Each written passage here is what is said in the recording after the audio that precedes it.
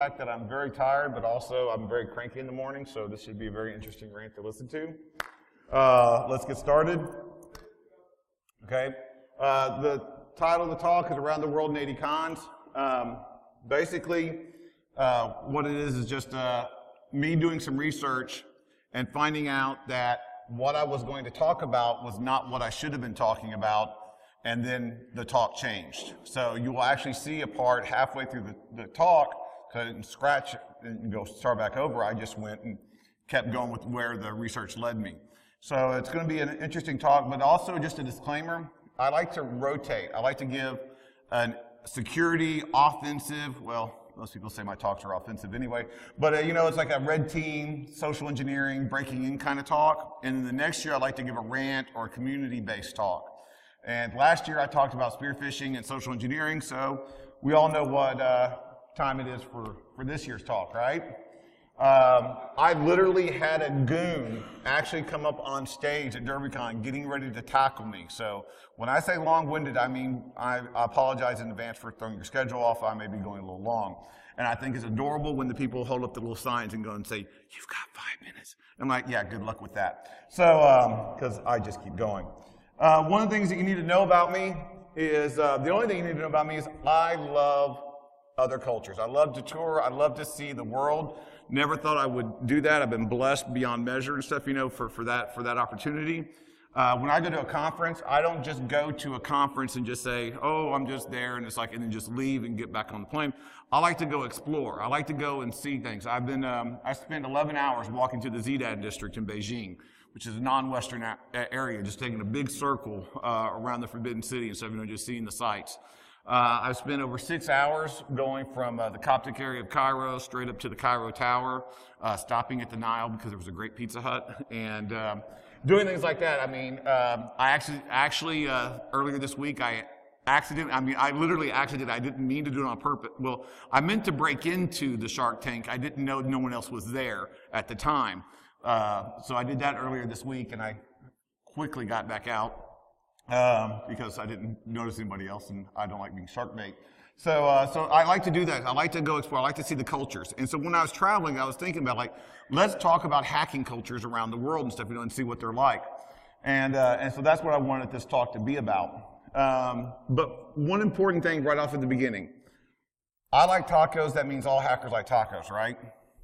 Russ Rogers that's the best example of I'm only speaking for me. I'm only speaking for my perceptions and my perspective. It's like I can't speak for all I don't speak for the users, okay? I don't speak for everybody else.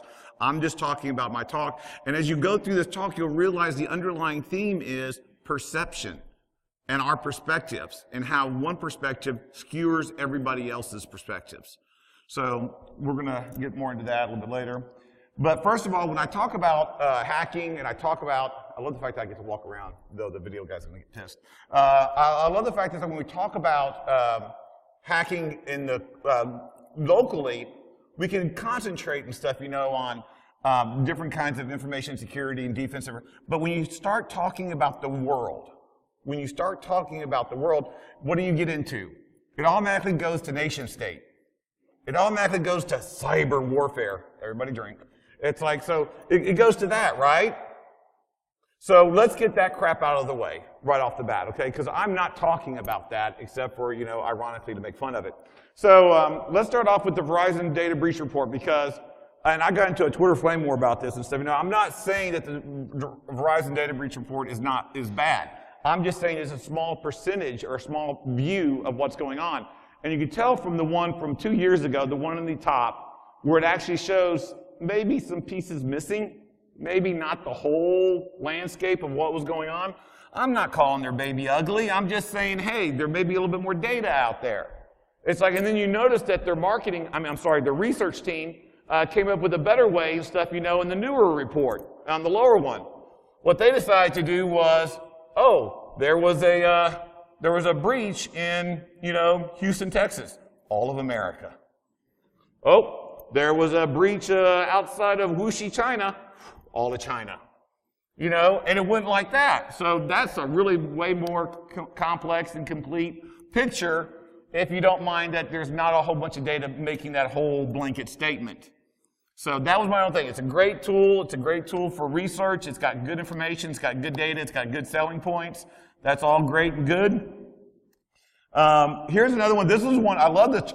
Come on, TrustWave, these guys, I don't know how good or accurate their data is, but they've got pie charts. And who doesn't love pie, right? So that's awesome. And I love the fact that if you see right here, in their top report, they too were having maybe a small deficiency on some of the data, and there were some gaps.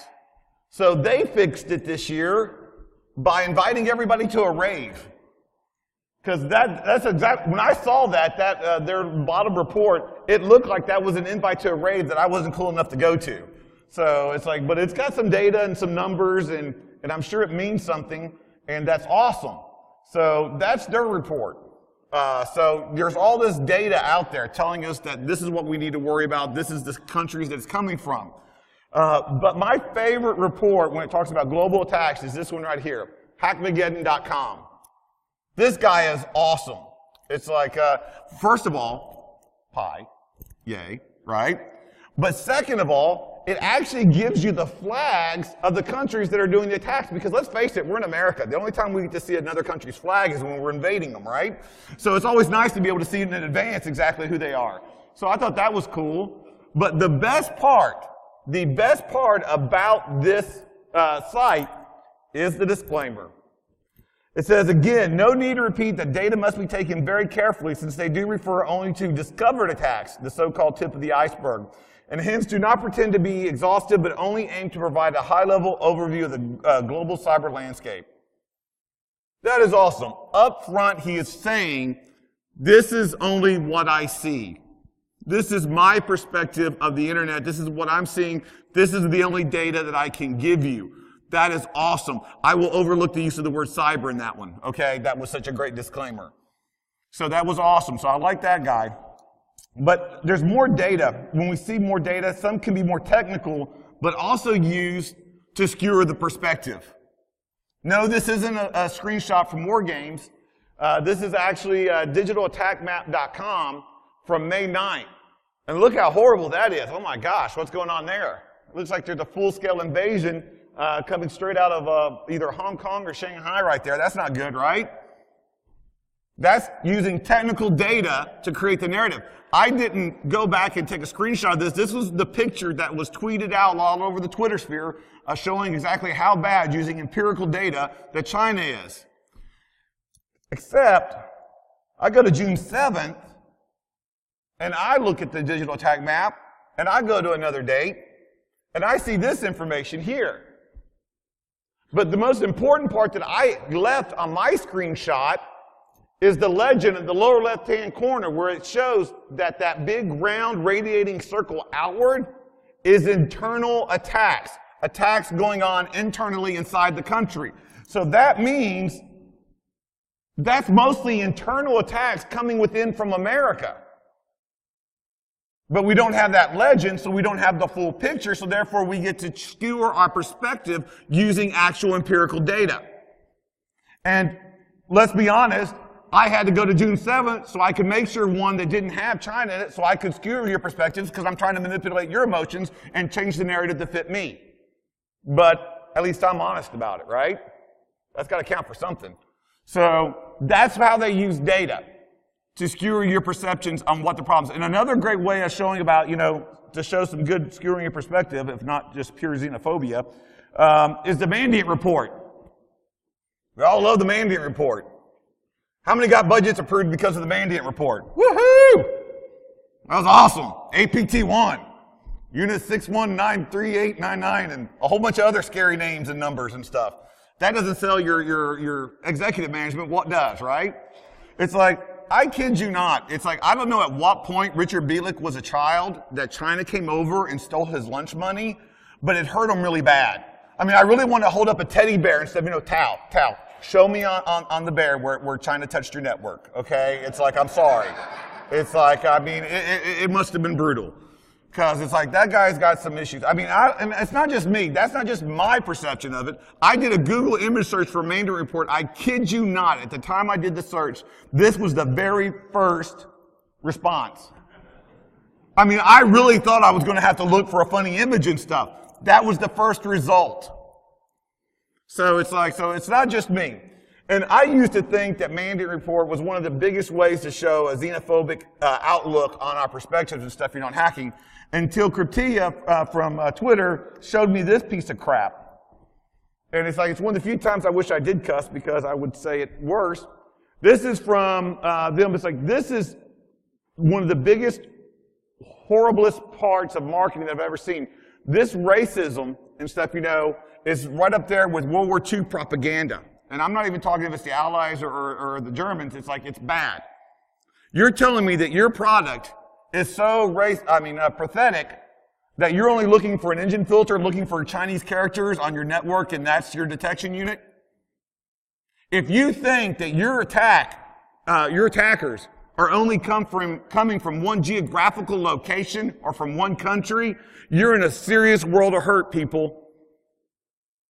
Because it's not. It's like, so, but that's what they think that is. So, but let's go and say, I'm just going to give it up. Let's go and say, okay, China's bad. Okay? So let's go and start walking it down and stuff. This is going to be a little awkward because I'm actually going to be back in Beijing in November. But let's go and just say the Chinese are bad because they spy on their citizens, they spy on other countries, they infect other nations' computers with malware, they try to censor the press, and they try to suppress protesters. That's horrible. But you know what? Let's just open up our eyes and take a look at these accusations. They spy on their citizens. Well, that's horrible. Oh, wait, hold on. Maybe wrong country. I love that. I actually had a new slide where it actually shows that Tacoma police are using a cell phone tracking devices. And so, they didn't even want it to be put out into the courts that they titled Stingray. Because all the really crappy programs and stuff, really have cool names like Stingrays or on CBS Scorpion. But it's like, you go after that and you see that kind of technology being used against citizens without warrants, which I thought was sort of one of the things that we had going for us, right? And then also, the CIA apologized for hacking Senate computers after internal investigation. To me, I think that's adorable. So all you countries that are hacking America, you're forgetting one important step to be okay for hacking our country. You're not sending apology letters. You're supposed to go and say, oh, sorry, our bad. Didn't mean about that, but we're cool, right? Because it works for the CIA, it's got to be working for everybody, right? Well, I hope so. Well, what else do? They spy on other countries. Well, that's horrible. And speaking of horrible, how bad of a country or a person do you have to be to make a German that sad? I mean, she was groped by George W. and she didn't look like that. Okay? That lady has seen some things. It's like you made it. So that's just, and in the lower left-hand corner, Italian magazine says U.S. spies listen to the Pope. Vatican says it where? The Pope. I mean, I don't care if you're atheist, Islamic, fundamentalist Christian, Mormon, Buddhist, Taoist, whatever. We all admit, this is a pretty cool Pope. I mean, he's a pretty cool Pope. I mean, this guy goes undercover at night out through Vatican City and stuff, and gives to the poor and feeds the homeless. He's like the good guy Batman. I mean, come on. How cool is that? He takes selfies. Now, that other guy, the other Pope and stuff with the red shoes and stuff, he looked a little sketchy. He was like one step away from the Emperor and stuff, in Star Wars. But it's like, but this Pope is cool. I like this Pope. So that's just not cool spying on him. So it's like, so they do that. They spy on other countries. Here's another little part about it. I love this because I just put this in one just because the irony was just so, this was like on Alanis Morissette level of irony here, right? It's like, NSA was caught breaching Chinese servers, because it was cool. But my favorite one was an FBI informant hacks against 30 countries. Now we know which ones. So basically the FBI was like, hacking is bad, you're going to be arrested. But if you happen to there's a list of these other countries and stuff, might be able to help you out with some stuff. So I thought that was cool. In a bad way, of course. It's like, but let's keep going. They infect other computers, other nation computers with malware. That's an act of war. It's like, I mean, that's just ridiculous. I think that is a horrible thing for us to actually have someone to attack us. Oh wait, hold on. I'm talking about attacking other people. It's like, and I love Stuxnet. Stuxnet is awesome because that led to the best denial in history of mankind. The press secretary of the United States going, how dare you accuse us of that wonderfully orchestrated, superbly crafted, well-maneuvered, thought-out, meticulous attack. How dare you accuse us of such sophistication and advance? It was pretty cool, wasn't it? No, not us. You know? That was great. I love that. I mean, they seriously, it was basically, it's like, you know, I was wondering if somewhere in the code it was a hashtag America. You know? It's like, I mean, it's the only way it would have been better. So they try to censor the press. Well, I had a couple other things in here, but look at this. This is like Al Jazeera. If you're familiar with Al Jazeera Press, you need to understand one important thing about them, is that they actually are in war zones. It's like they were at Tahrir Square back during the Arab Spring. They covered the unrest that was going out throughout the Middle East. They've got reporters now in jail in Egypt for their coverage. They've got people being bombed and bombarded and their offices being destroyed in Syria. Okay? This is them in Missouri getting tear gassed at their location. And then the police helping them with their equipment, stealing, with their equipment to help them out and make sure it doesn't get damaged by them tear gassing it, I guess. And then also I love this one in the lower left-hand corner. You see that photographer. I love the fact that this guy knows that he's being arrested. He knows he's a famous AP photographer, so he's like, gotta smile for the cameras. This is going to make front page. You know, I just love the way that he posed for that because it's like he knew what was going down. So they try to suppress the press, which is, you know, really bad, except for, you know, when we're doing it. What about they try to suppress the protesters? By the way, you can't read past the sniper rifle and all the tag gear and stuff, but that patch on his arm actually says police. That's not military. It's like that's the police right there. But the scariest picture on here, in all seriousness, the scariest picture is that center police officer right there with the shotgun. Look at that. That is fear. That is panic. If I saw rage, I'd be more comfortable with it. If I saw anger, I'd be more comfortable with it. Because if you're enraged and you're angry and you're mad, you're controlled. You still have that control and stuff going in. This guy is panicking. This guy is untrained and unprepared for the situation. If anybody was going to accidentally shoot someone out of fear, it would be that guy. He was thrown into a situation he wasn't ready for. So it's like, that is like one of the, if you look at the other ones and stuff, you know, those are all, once again, a perspective of what's going on there. So, and also if you can see in the little background stuff, you know, see all the people, that's a free speech zone that was created during the Republican conventions. You can tell, it's hard to tell, it's between the machine guns and the steel fences. But that's what we had our free speech zones back, 10 years ago. So that's some of the stuff that they suppressed the protesters. Basically, what I'm trying to do in a very funny way is explain one important thing. We're all doing it. Every country, every place, every local, every region is doing these kind of attacks. I mean, Canada. You got attackers from Canada. I mean, if you got, I mean, I can just imagine those hackers and stuff, you know, it's like, sorry, I got to pwn your network. It's like, you know, pardon me, MSOA 67, it has to be done. I apologize. You know, I can just see that. I can just see, I mean, there's no hope for the world if we got Canadian hackers just coming in and just tearing everybody up, right? You know, so let's just admit it's a global thing. We can't just say X country is doing X thing and that makes it bad. We're all doing it. It's like, that's one of the things that we pay our taxes for, so we can have these people being done to them while it's being done to us. America. So, we got that crap out of the way. So let's talk about what's going to happen. My talk is going to be about how I went to another country or another region, what my experiences were, and then I sent out a survey around the world to a lot of my friends all over the place and asked them to submit their responses, and I started getting that data back. And we're going to start seeing a change because when I started showing about my perspective and stuff, in my perspective, everything seemed really cool. And then I started getting these surveys back. And when I started getting these surveys back, that's when the talk started changing. So let's look at a few of them. Let's start with Asia. It's like, I would talk about one of my experiences with Asia, but one of the best experiences that I've had recently was talking about Dave Kennedy's first time in Beijing. It's like I was there with him in July when he spoke for the Beijing Institute of Technology. He was a guest with me in the college.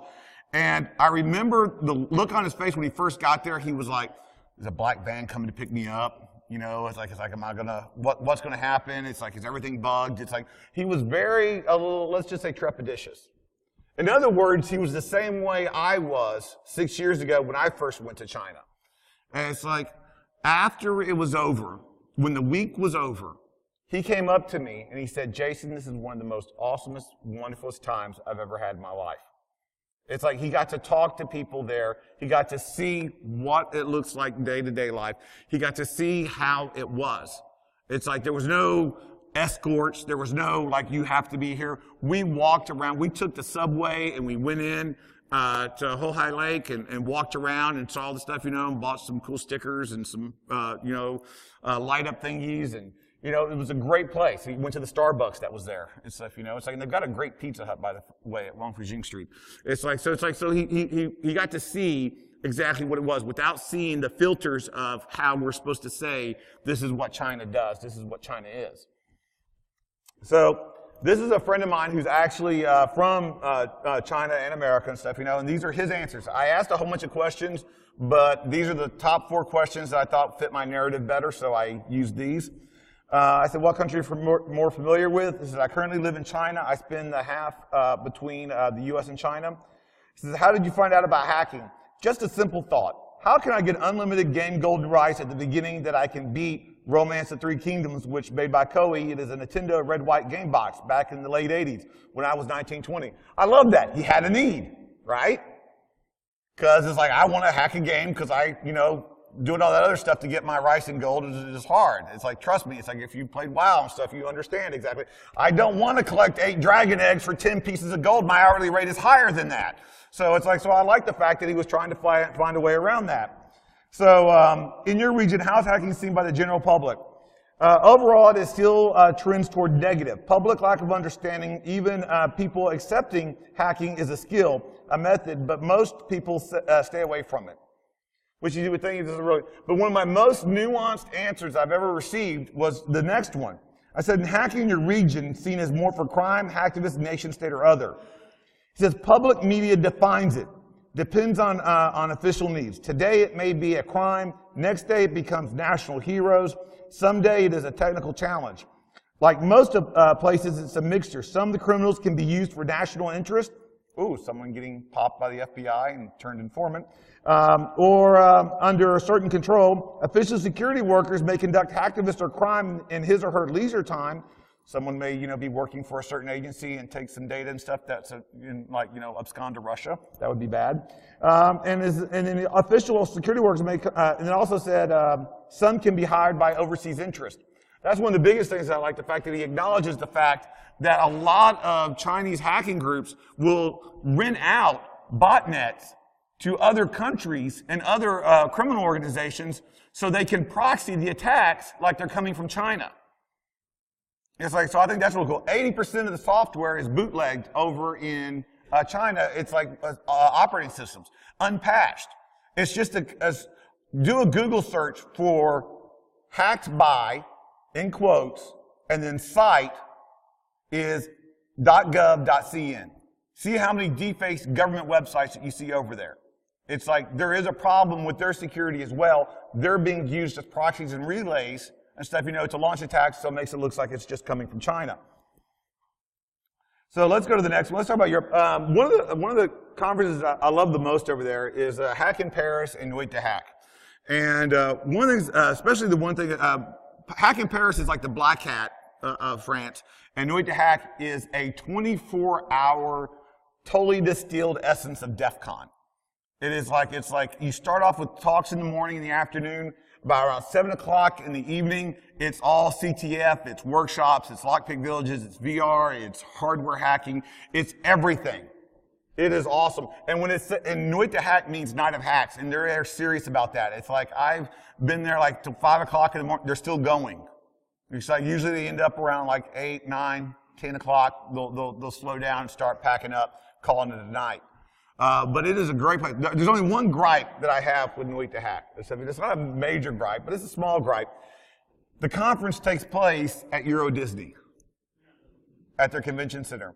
And I will tell you this. It's like there is nothing more creepy than being a hacker dude like me in a black DEF CON hoodie with sunglasses, with a big silver suitcase with a whole bunch of hacking stickers all over it, waiting at the Charles de Gaulle airport for the Disney shuttle alone. I mean, I am serious. I've had this one girl walked a little bit toward me, and her dad was like quickly like, "Come with." And my first reaction was, "Dude, not even mad. That was a good call. I look pretty sketchy right now. I look pretty freaking sketchy right now. I'd have done the same thing. Props to you for being attentive and stuff, you know." So it's like, so that's my one gripe with them. But let's talk about perceptions from Europe. He says we're going to talk about UK. It's like, how did you find out about hacking? Work mainly at least. That's where I became aware of it, both positive and negative forms. Prior to that, I was a naive user. I took AV and security seriously because it seemed sensible and I understood basic threats, which is a good perspective. In your region, how's hacking seen by the general public? Probably as one of the dark arts. Someone who steals data and breaks into systems for information to clone identities and take over bank accounts. I love that, the dark arts. It's like, you know, I don my robe and wizard hat, so that's awesome. Is hacking your region seen as more for crime, hacktivist, nation state, or other? I think the UK is crime and hacktivism. I started getting a perception. It's like, I'm not telling you, and I'm not selecting responses based on the answers. It's like, but I kept getting the most, in certain areas, in certain questions, I kept getting the same answer. And that's when it started changing. So let's talk about South America. And I only went to Brazil once. And I went to there, and I was at this speaker dinner, and I was talking to this hacker. And it was one of the weirdest, surrealist conversations I had, because the guy's like, yeah, I don't know, it's like, you know, being in hacking in America is cool and stuff, you know, because it's like, it's outlawed, y'all criminals. Here, we're not criminals, we're just like nerds and stuff. They don't think that we're cool because there's no law saying that we can't hack. And I'm like, I'm sorry you're not arrested. Good luck with that. Maybe it'll be, you know, you're not an outlaw. I feel bad for it. How do you respond to that, right? It's like, I mean, and I got good news for you and for him. It's like Brazil did enact some laws and stuff, you know, so now he's a criminal. So, yay. I don't understand that one, but, you know, to each his own. But let's talk about, this is one of the best answers I got from the survey. It's like we're talking to someone from Brazil. How did you hear about hacking? Trying to get things done. Right. If that's not the hacker credo, what is? Because what is hacking if not trying to get something done? If not trying to figure out how something works to make it do something else? So I thought that was a great response. In your region, how is hacking seen by the general public? Nowadays, it's a mix of good and bad. People sort of understand it. Back in the day, early 90s, internet wasn't quite widespread. BBSs or stolen credentials to universities were the way to go. At that point in time, unless you were doing something, you wouldn't really be aware of hacking. With online banking being implemented in 96, 97, bankers' activities started increasing quickly in Brazil. Bankers' activities, credit card fraud, you know, going after the actual bank's websites and phishing. Is hacking in your region seen from wars, crime, hacktivist, nation state, or other? Considering those that don't know anything about it and just see stuff in the news, mostly tied to crime and sometimes hacktivism, the corporate world would be a better understanding to ethical hacking. If you see stuff in the news, you see it as crime. That's what I've been getting here. So let's talk about Africa. My only trip to the continent of Africa, it's not a country, it's a continent. It's like, was to Cairo, Egypt. And I love a lot of people with stuff, a lot of my friends are going like, Jayson, Egypt is the Middle East. I said, look, dude, I need to put the continent on there and stuff, so we're going to call it as Africa. So, and one of the things I liked about that conference is I saw a lot of hackers outside the conference, and they were like dressed like me, dressed like everybody, just normal, just hackerish outfits, in other words, black t-shirts, jeans and stuff, like how it goes. But at the conference, it's a totally different thing. You've got to wear suits. You got to dress up. It was a official, which sort of put those poor people at a disadvantage, okay? Because when you put me in a suit, I sort of look normal until you start to actually interact with me. So, but yeah, so it's like, so I thought that was like really interesting. And I love the fact that there's these college students there, and it was their first time ever to a security conference, and they're so proud. And one of them, it led to the best photobomb in my life, because this one student took that picture. You know that picture you take, everybody takes, especially at your first con. Take that picture in front of the banner of the conference you're at, I'm here at a conference. You're not? Yeah, that one. So he's taking that picture, not knowing 20 feet behind him was me going like this. Which I loved. I loved that photobomb because he totally wasn't expecting it. And he's like, why is this American so crazy? So that was my experience in Egypt. And I actually was there a month before Tahrir Square and met some of those guys. And I met the guy that was in this one before that, and he was actually involved in some of the actions there. And I asked him, I was like, how did you first hear about hacking? I love this. This is my favorite answer. How did you find out about hacking? Caught a virus in 2005 because a certain person downloaded pirated game and it was backdoored. Wondered how those virus worms work, learned some programming first by viewing sample virus sources, and walked that road and never went back. He started out by, crap, someone hacked me, someone put on this, wait, that was pretty cool how they did. I wonder how that worked. Let me figure it out. Let me teach myself. Let me look at it. Let me get that curiosity going and figure out how this happened. And then he did it, and it's like, well, that's awesome. He's a great forensic analyst now. In your region, how is hacking seen by the general public? Hacking is generally viewed as hacking people's Facebook and Yahoo accounts. How sad is that, people? They still have to use Yahoo in Egypt. Okay, we'll move on. In hacking your region, seen as more for crime, hacktivist, nation state, or other. Most viewed as a crime, few know about hacktivism. Let that sink in for a second.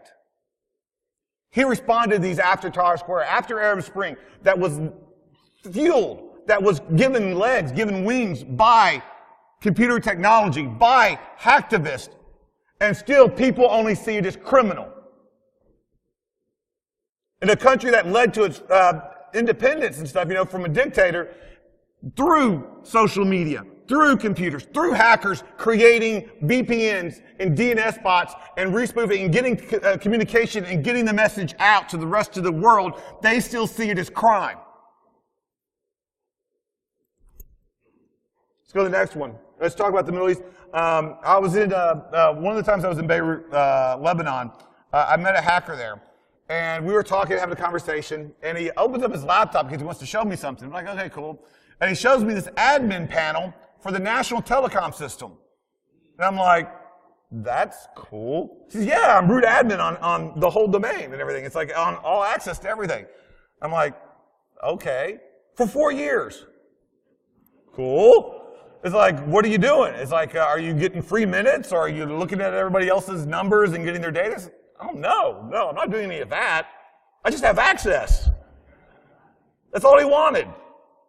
It's like he still pays his cell bill, he still pays his bills, he didn't get any added features, but he's got, admin on everything. So that was just that curiosity, just that it's the wild, wild west out there. They still don't have a lot of landlines going on for internet over there in Beirut and stuff. Most of the stuff, you carry your internet with you through 3G or 4G modems. That's how you internet over there in Lebanon. So let's get a response from someone there. From Lebanon. It's like, how did you get to find out about hacking? BBSs and MIRC, so he started off as a window user, so good for him. In your region, how is hacking seen by the general public? There's a huge lack of awareness, also lack of exposure to more evolved countries hacking-wise, and just recent high-speed connections make it difficult for young people to grow up with good access to that culture. Is hacking in your region seen as more for crime, hacktivist, nation state, or other? Again, The lack of awareness results in people just hearing about hacking on the news, and since media just reports on cyber criminals, that is the way they see hackers in general. So let's talk about North America. I love the picture. I always love my awkward hugs with Bruce Potter because he's the one that runs the farthest and the most, trying to avoid them. And this one was a great one. This one's from GrrCON. He actually mistook the fact of how much I weigh and how much my center of gravity is, because he actually tried to throw me when he was trying to do that awkward hug, which just led to me humping him for about a couple of minutes. So I thought that was an awesome awkward hug and stuff. You know, awkward for me, for him, for everybody in the general area. It was awesome. But one of the things I want to talk about, and I was actually thinking about this on the plane yesterday. It's like, because I was like saying, do I talk about DEF CON? Do I talk about DerbyCon? Do I talk about ShabuCon? What conference do I talk about to talk about America and how it means to me? Because it's like, you need to understand something. I started in America. I started at American conferences. DEF CON was my first conference. And y'all need to understand something. DEF CON became home to me. DEF CON became family, and I met family there. And then all of a sudden, I started going to other conferences, and I met family there. It's like, I've got a wife and I've got 2 children. It's like, and I miss them when I travel. But when I travel, I go to see my family as well. It's like, I get to see people. I remember one time in Germany, it's like at PH Neutral, I ran up to Kaminsky and I told him, because he had just moved, I was like, dude, I don't even know what city you're in. And Dan Kaminsky said to me, he said, Jayson, you live at Con. It's like, I live at Con. And people wonder why I travel so much and why I go to different conferences. It's quite frankly and simply because this is where I see my family all the time. And I love seeing family, and I love seeing friends, and I love meeting new ones. So that's my experience with conferences in America, and that's basically how it sums up conferences everywhere. But let's talk about the U.S. So how did you find out about hacking? So I first experienced it when my roommate was talking smack in an AOL chat room, so you know this was a little old school. He says, hackers changed my screen name screensaver to immediately scroll, "You've been hacked," which is very elite, as soon as the mouse stopped moving. In your region, how is hacking seen by the general public? Negative for the most part. We are demonized and publicized as criminals. Is hacking in your region seen as more for crime, hacktivist, nation state, or other? Crime through the public's eyes. This was not my talk. This is not the talk I was supposed to give. My talk was going to be about how Malaysian hackers are into hacker spaces, how the German hackers like privacy and encryption. That was my talk. My talk was on diversity. My talk was on how the different cultures had different aspects. And instead, doing this research, I found that there was one thing that united us all. We're seen as criminals. And I'm not happy with that. You shouldn't be either. When did this happen? This is who we come from, people. This is where hackers came from. These are hackers. Alan Turing, on the left, the godfather of cryptography, saved thousands upon thousands upon thousands of lives during World War II, helping to break the Enigma machine. After the war, he was castrated because of his lifestyle by the very people he saved, which drove him to suicide. That was his reward for his service. Nikola Tesla, he is the godfather of open source. We are so befriended, so many of his inventions, so many things that could be helping us right now, just based on the very fact he didn't want to make a profit off of it. And so companies didn't want to invest in it. That's how we look. His greatest love in his life, he said, was a pigeon he saved in New York. That was his closest emotional contact with this planet. He died alone in his hotel room. It took the maid 2 days to find his body.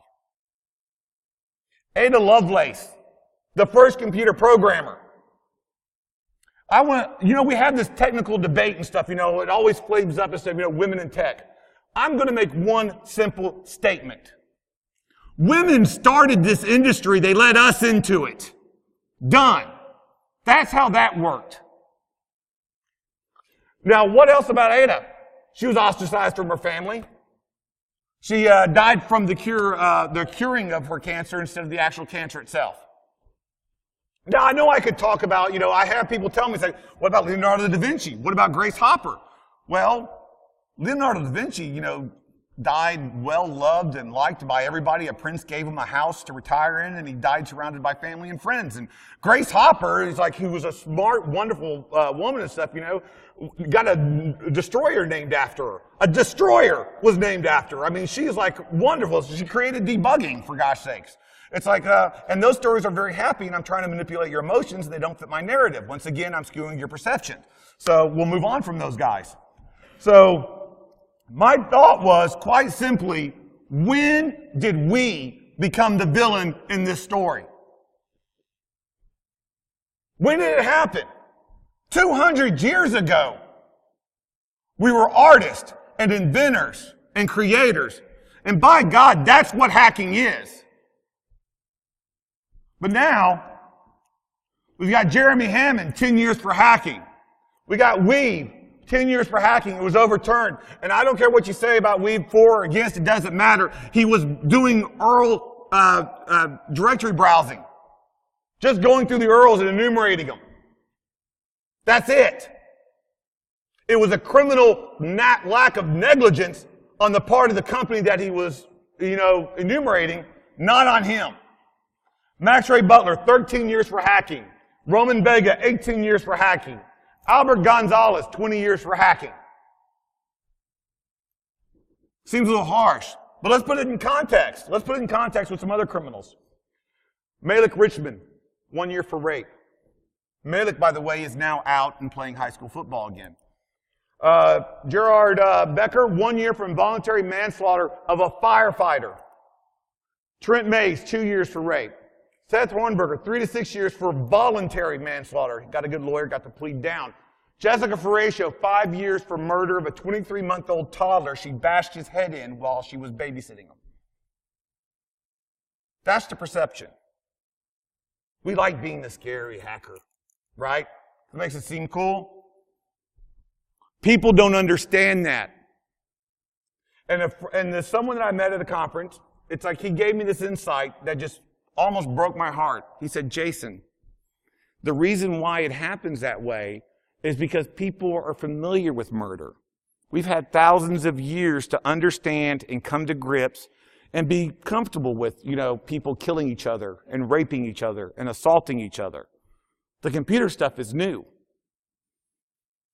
which is totally true. What people don't understand, they fear. What they fear, they try to destroy. So you keep that mysterious act, good luck with that. I tell people, if you want to commit a computer crime, you better have a dead body right next to you so you'll get a lighter sentence. That's the only way to work that one out. But let's talk about some more criminals. We talked about some hackers and inventors. Let's talk about some criminals. What about these two criminals? These guys were caught breaking into a company through their network. They actually stole the administrator's user ID and password, the password file, trying to get more, and they still haven't explained or confessed to how they actually got the password. It wasn't from, asking them and baking them cookies. And they were hoping to crypt the file to get to one of the free accounts, but they got caught, and the company booted them. Their sentence was to get booted off their computer time at school and to go on and create, Windows. You can judge which one was the worst crime. But still, that's what happened to those guys. And if you want to talk about criminals, let's talk about these guys are straight up hood. These are like some of the original gangsters here. They freaking dealt on the street. The blue boxes and stuff, a device specifically made to defraud a company that was doing a legitimate business and service to people. They created a device to steal from that legitimate company. But you know what? You can tell how much they hate phones, right? We all know how much they hate phones. You can tell because they keep making one every freaking 2 years, so you have to buy another one, right? But that was their reward. 1970s. Hacking was seen as something someone did as an inventor, as innovation. And when you caught doing something maybe a little bit that you shouldn't have, You weren't killed for it. You weren't incarcerated for years and years for it. 4 years ago, though, another young man who'd already founded the multi-million-dollar company, broke into a utility closet at MIT. He hooked up a laptop to the campus network and downloaded 4 million academic journals, most of them in the public domain. That means they were already free from a paid archive to which he had a valid subscription to. He was arrested, indicted twice on multiple counts of fraud, and at a trial that was to have begun in April, could have faced 50 years in federal prison and a $1 million fine. His name was Aaron Schwartz, and he was hounded to death by the government. That's how we see crime now. That's how we see hacking. That's the perception that is out there. And that's one of the ways that it leads to. And we ask ourselves, why? Look at that. Seriously. I mean, those lower three pictures in the corner look like the Nazgul. Every time I see that, I want to throw a ring at it. It's like, I mean, that's what they see when they see us. I have got a computer room with its own separate air conditioning unit in the window. My room has never been so cold that I need a hoodie up and a ski mask to do my job. Ever. It's just not that cold. Okay? So I don't know where this came from, right? Like, well, why do they keep misrepresenting us like this, Jason? Well, maybe we help a little bit. I told Miko I had to actually put him in my slide deck because the guys in the top left and stuff, were Mossad, and I'm scared of them. So we'll just make fun of Miko right there. Because you know what? Once again, we want to be the cool guys. Because, I mean, let's face it, in high school, I wasn't a cool guy. Well, in junior high, I really wasn't a cool guy. In elementary, okay, I never was a cool guy, okay? But now we get to be the cool guys, right? We get to be like the mysterious hackers with the hoodies, and that's cool, except for when they use that against us. They're using the very image that we think makes us cool, makes us look cool like a ninja. It's like they're using that to harm us. One of the best examples of this is from a video game. Glenn Beck criticizes Watch Dogs for promoting hacking. What the heck is wrong with us? What the heck is wrong with that guy, right? It's like, my personal opinion, I say, it's like being on the wrong side of Glenn Beck is being on the right side of history. That's my personal opinion. But it's like, and I really thought that was like a witty comment. I thought like, oh, look, I'm going to get points and applause for that. That's great. The best witty comment was from Bravo Hacks on Twitter. I hear Watch Dogs teaches you how to hack, going to expense for educational training purposes and submit for CISSP creds. That was the best response to that. Because I love the fact when hackers actually respond. There's a difference between trolling and responding. There is a difference, people. It's like, and one of the best examples of this is this right here. I'm going to rush to the screen now and deprive one side of me screaming and ranting at them. But this here is Sterling Riggs Jerkoff, okay? I can call him Sterling Riggs Jerkoff because, we're friends and we're cool like that and stuff, and it's just my personal opinion, so you better not sue me. It's like, but he posted this on Facebook a year ago after DerbyCon. He says, I'm going to talk in his voice because, I'm cool like that. He says, I don't know how I feel about this DerbyCon happening at the Hyatt downtown. It's a convention for computer hackers. Sessions include password cracking, hacker war games, and a lockpicking pavilion. Thoughts? And guess what? This is the internet. There were thoughts, right? So let's start off. Greg Troutman. The LMPD and FBI should raid the convention and arrest people who are doing the training. They were in training, idiot. Michelle, scary. She meant it. There were 4 exclamation points. Then you got Darcy Fraser. That poor lady was like so befret, she could only use an emoticon. And then Connie's like, I bet no arrest, more like employment opportunities. Quite a few good ones, actually. And then Jenny Smith, wow, that's insane. Did you read the rest of the comments, Jenny? And then Sean, what about classes on mugging and car theft and stuff? Brenda Newton's like, Sean, that's next week, LOL. She's the witty one of the bunch. Amber Nicole's like, says, I think it's stupid. You didn't capitalize I think you're stupid, Amber. And then Jin goes and says, arrest them all. I kid you not. I thought the targeted Facebook ad for this would be pitchforks and fire. But guess what happened to this instead? Iron Geek saw it. So he put it out on Twitter. He's like, hey guys, why don't y'all come over here and add some comments? And hackers know how to comment on threads, right? So we did just that. We added our comments. Okay, yes, some may have trolled, but we also added comments that informed them, that educated them, that reached out to them and explained to them, don't be afraid of us. We're here for good. We're trying to help you. We are trying to do good because we are hackers and that's what we do. So Sterling Riggs Jerkoff did the only responsible thing a reporter can do when the narrative goes out of his control. He deleted the whole thread. Those are the only 3 screenshots of that in existence. I know, but I'm going to ignore it. But so there we go. And we talk about changing perspective. We talk about viewing the perspectives. And guess what? I'm a hypocrite. I am. And I'm honest enough to admit it. And I'm not just talking about this one instance I'm going to talk about. I'm a hypocrite about a lot of things, and I'm okay with that. It's like I shouldn't be, but, I'm once again being honest about it. Because I used to make fun of this lady all the time. Everybody make fun of the hot coffee lady from McDonald's. The reason why we have to have coffee is hot, water is wet, don't drink the shampoo. Because of that lady. What a jerk.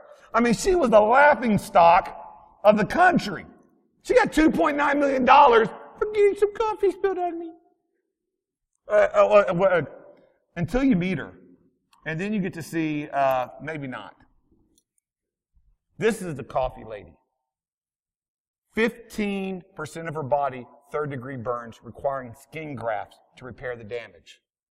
Coffee served at 180 to 190 degrees Fahrenheit. So the coffee would stay hot in transit. All those others highlighted in pink were people that were also admitted to the emergency room for scalding. She asked for medical bills from McDonald's. They said, here's $800, no fries with that. So she sued them. She got $2.9 million, supposedly, right? How do they calculate that outrageous sum? They calculated 2 days of coffee sales. 2. The profits, the net profits of 2 days of coffee sales from McDonald's, not even including the Happy Meals. And that's what they gave her. She's received less than $500,000 of that, if at anything, because they're still contesting it. That's our hypocrisy. We are so upset about how the media portrays us, but understand that we still portray and listen to what the media says about other people's perceptions and other people's perspectives and go with that. And one of the ones that's not the adorable, coffee lady, is like, what about this perception that we're hypocrites about as well? This is the uncomfortable one. I actually got into flame war on Twitter and stuff, about this one. Because I actually tweeted something positive about the police. And all these people were like coming after me and stuff, at the fashion. I thought, you know what? You want to do that? Let me add some slides in. Because let me show you some police. Why do they think that we hate them so much? Why is their perception? Because this is my perception of the police. And you look at these, and yes, they're all staged. These are all police officers knowing that they're being photographed. Except for that one, that stormtrooper did look a little shady, so, and I don't know what their open carry laws were, so he should not gotten arrested for that, I don't think. But it's like, but you look at those, and you see that. That's police officers. These pictures they didn't know were being taken. Buying shoes for a homeless man in the cold winter. Helping a lady out of her wheelchair. Giving the Heimlich maneuver during a traffic stop and saving a person's life. It's like delivering pizza because the delivery driver was in a car accident and had one delivery left. Carrying the groceries home. Putting a family in the back of the police car to take them out of the rain. And the one in the middle, the last act that man did was to feed that child. Then he walked out of that restaurant and died and was shot because of who he was and what he did. Not because of him personally, but because he had a badge on. There are 800,000 police officers in this country. You show me a pool of 800,000 firefighters and show me that they're all good. You show me an 800,000 pool of neurosurgeons and heart surgeons and doctors, and you show me that they're all good. You show me a pool of 80 lawyers, and you show me that they're all good. Okay? It's a perception. We don't want the media to portray us as criminals. Stop portraying the police, all of them, as fascists. You're doing the same thing that they're doing to us, and we need to change it. And the good news is, we are. We're starting to see this. We're starting to wake up and realize that the dark hoodie in the corner and stuff, with the Matrix screensaver and stuff on, though the Matrix screensaver is cool, is not the way that's helping us. So what's going on? We've got people talking for us now. We got people out there talking and spreading the message. It's like, I love, you got Jake Coons, you've got Javed, you've got Bill Gardner, Evan Booth, Kaminsky. Brian Krebs, one of the best reporters, actually, that talks about hacking and information security with actual knowledge. And then, of course, the great man himself, Dave Kennedy. You may have seen Dave on Fox News or CNN or Fox News or Bloomberg or Fox News. Also, the Katie Couric show, which was really good, and Fox News. I actually made a joke to him one day that I actually, every time I see him in person in real life, I expect to see a Fox News hologram, Chiron, going underneath them. And at DerbyCon, I go to see a Dave hologram with Fox News. It's like, so he actually listened to me. So that was weird and surreal. But we're actually talking out there. We're actually talking to the reporters and saying, I'm a hacker. This is what I'm doing. One of the main messages that I get through to every reporter that I talk to, I make one important statement. There are criminals that are hackers. Not all hackers are criminals. There is a distinction. And they need to understand that distinction. My question is, why aren't you doing it? This isn't like a golden mic that only certain people are allowed to speak for the echo chamber that's our industry. If you've got information, if you've got knowledge to share about an exploit or a vulnerability or something that's going on that you know that your local news station is talking about, reach out to them. Spread that information. Let them know that you're a hacker and you're here to help and you're here to educate and you want to spread that knowledge. Not for fame, not for trying to get the bonus points and the extra internet points that comes with that because, we're all collecting them like Pokemon. No. It's like freaking because you're trying to make a difference. Because we're hackers, that's what we do. Because if we don't, it's going to be keep being people like this. Even when I see them, it just knocks me off from a loop and stuff, Because if you don't make the narrative, you're leaving it to others to do it. You may not know Gregory D. Evans. He's the world's #1 hacker, or the way I fondly call him, the world's #1 hacker who's full of number 2. But yeah, so you'll be that guy. Now, there's different movements. I'm not going to talk about the I Am the Cavalry. The I Am the Cavalry is a good movement that's trying to do some stuff. But my thought on it is, why do we need a movement? Why are you waiting for a group of other people and other groups and stuff that you can be support of and you like on Facebook and you retweet their tweets and you think, oh wow, I'm part of the movement? That's easy.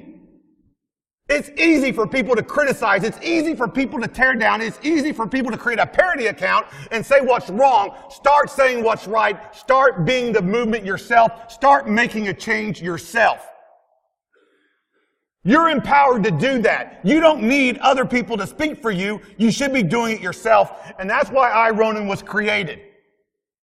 iRonin is nothing more than a website with links to news articles or news sites that can help you get that information, to contacts for reporters to get your story out, and for media section of videos that talk about the hacking culture so you can show users and show people this is who we are. This is what it's about. This is where it needs to start. Stop waiting for a movement. Start being the change you want to see. Because we're hackers and that's what we do. We make change. We see a problem. We try to fix it. At Blood Code, I actually had a guy come up to me and say, Jayson, it's like, or which of the lady, she relayed it to me. She said a hacker went up to her and said, who's this Blood Code guy? Because it's been going on for 4 years. Not everybody knows who Barcode is. Barcode's the ginger. It's like, and he had a problem. He needed blood transfusions. So we did the only thing we could do. We created the Nevada's largest blood drive in Nevada state history at the time to help out one of our own. And he asked, like, why are we doing this now? It's like, isn't that over? Isn't that situation done? So yeah. But why stop? Why not keep trying to help? Why not seeing a problem in this world and wanting to make it better? Because isn't that the very definition of hacking? Defining something that you see an issue with, defining a problem, and then trying to fix it. It's like Thomas Wilhelm created the Be the Match booth at GrrCON. He's actually donated bone marrow and saved a life himself personally. And that's when he got involved and started it up at GrrCON. We all know about Johnny Long, right? Johnny Long, Hackers for Charity, a great organization, helping bring out the word, helping where people are needed. But what about that guy on the right? Not the scary guy on the far right, but the one in the middle. That's China Eagle. It's like he is the Johnny Long of China. He brings computer systems and computer networks to rural schools in Western China where they don't have access to it. It's like, and he hates criminal hacking. He hates it. He wants every criminal hacker to go to jail. He thinks hacking should be more for the country and stuff, you know, and for your nationalist pride. He's a patriot. Which is cool looking at some of your expressions because people realize, wait, other countries can have patriots? I'm not sure how I feel about that. I mean, it's cool for us, but I don't think these other guys should be doing that. You know? But that's the way he feels. Hackers is about creating. It is about artistry. It is about inventing. Dual Core, N80 of Dual Core, actually teaches the masses through his music. And he does hacking. You've got Fabs, who actually hacks sewing machine programs to actually knit QR codes into her articles of clothing. You've got Eddie the Yeti, who's a great artist and designer, and actually says, yes, I do this art, and I'm also a hacker. And you got Hacker Strip, who's trying to bring comic strips and stuff, you know, make it more valuable media, but also teaches and talks about the hacking culture and actual hacking incidents. So we are trying to do that, and we have to do it, people. We have to, because we're breeding. We're actually creating offspring. Do you really want to be in a world when your child tells someone at school their daddy or their mommy is a hacker, and their only response is, it was a hacker that stole my daddy's credit card. It was a hacker that broke into my mom's email account. That's not the world we should be in. Especially for these. It's like, that's what we're doing it for. And one important fact, and one of the things that you need to understand, you're not a special snowflake in this special snowflake blizzard, people. I hate to tell you that. I hate to break that news to you. Hacking is in your DNA. Hacking, everybody does. That is something that we are born with. We are not special. We are not like on our own through training. You are born a hacker. You are born to say, curiosity to say, hey, can I do this? Does this work? Until we start educating the people outside of this chamber and telling them that you're just as much as a hacker as I am, you just don't do the programming or you just don't utilize it the way I do, they're going to still see us as the outsider. We're still going to be the odd ones. Well, I'm always going to be the odd one, but still. An example of hackers. Ethiopian kids, not even knowing English, received a box, a crate of tablets. What did they do? They opened up the tablets, they saw the ASUS tablet in there, and within 5 months, they learned English and was able to circumvent the security controls that was disabling the microphone and the webcam. That's hacking. It's like you have so many others. You got Paul Rubens, who actually, 8-year-old, spoke at GrrCON this year. Actually using the set tool and actually getting a shell. You've got all these other inventors. Another one right here to the lower left, her grandfather has Parkinson's disease. She wasn't okay with that he wasn't able to drink.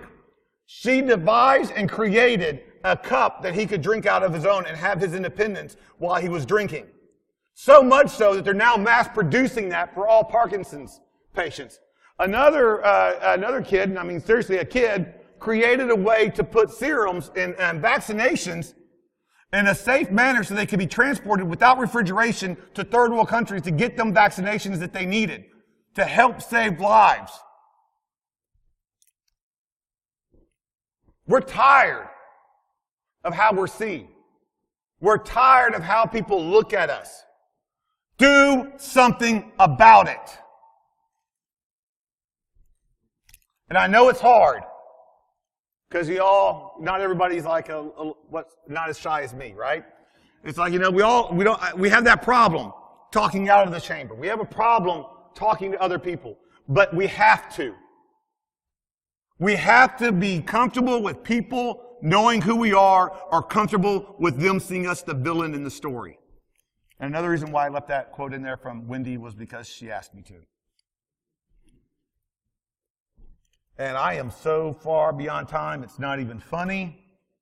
So we're there at the end. I crack the Pepsi and I bow.